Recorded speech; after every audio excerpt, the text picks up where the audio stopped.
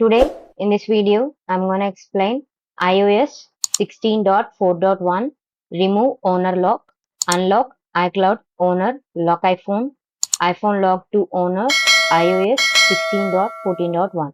If your iPhone shows iPhone lock to owner, set up your device, choose language English, then choose your country or region.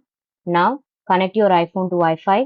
Please wait for few minutes. Now you see iPhone log to owner, Apple login ID screen. Give random Apple ID and password. Tap on next.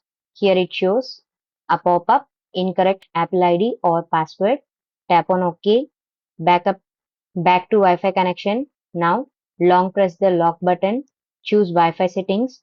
Now tap on I from your connected Wi-Fi. Scroll down and tap on configure DNS. By default, it shows automatic change to manual. Then add the following servers: unlock.apple.activation.com. Click on save, back to Wi-Fi screen and tap next. Wait for few minutes. Give random Apple ID and password. Press on next for 15 to 20 times. Now go back and wait for few minutes. Tap on continue.